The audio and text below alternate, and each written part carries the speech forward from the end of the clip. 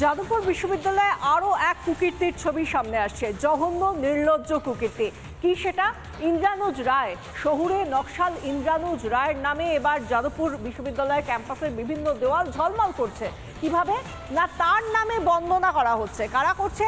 এই বাম অতিবাম ছাত্ররা, যারা যাদবপুরের তথাকথিত সম্পদ, সেই সমস্ত সম্পদেরা দেশ বিরোধিতার পোস্ট করা সোশ্যাল মিডিয়াতে ইন্দ্রানুজ রায়, এই অতিবাম, এই দেশ বিরোধী, এই মাওবাদী স্টুডেন্টটির নামে বন্দনা করছে। কিন্তু কেন, কিসের জন্য? সে দেশ বিরোধী স্লোগান তুলেছে বলে, তার বিভিন্ন সোশ্যাল মিডিয়ায় দেশ বিরোধী পোস্ট রয়েছে বলে।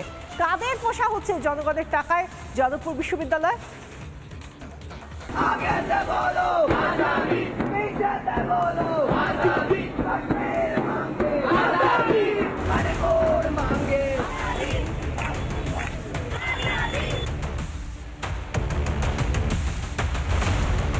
যাদবপুর বিশ্ববিদ্যালয় ক্যাম্পাসের দেওয়ালে দেওয়ালে দেশ বিরোধী স্লোগান, দেশকে ভাগ করার ডাক, এসবই ধরা পড়েছে রিপাবলিক বাংলার ক্যামেরায়।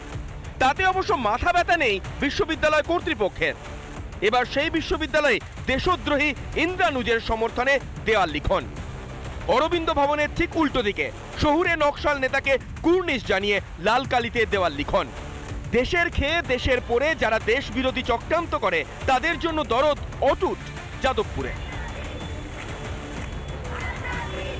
যাদবপুর বিশ্ববিদ্যালয়ের যে মূল প্রশাসনিক ভবন অরবিন্দ ভবন, অরবিন্দ ভবনের ঠিক উল্টো দিকে 1 নম্বর গেটের গায়ে ইন্দ্রানুজকে সালাম জানিয়ে লেখা হয়েছে দেয়াল লিখন, যে ভারতের পাসপোর্ট ব্যবহার করে, ভারতের যাবতীয় সুযোগ সুবিধা ব্যবহার করে ভারতকে টুকরো টুকরো করার বার্তা দেয়, যে দেশ বিরোধিতা করে তাকে কিসের সালামি।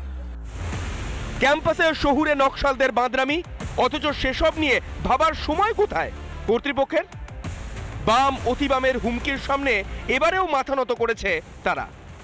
সিপিএম মাকু সব এক হয়েছে, এরা এক হয়ে দেশদ্রোহিতার চূড়ান্ত জাল বুনছে যাদবপুরের বুকে।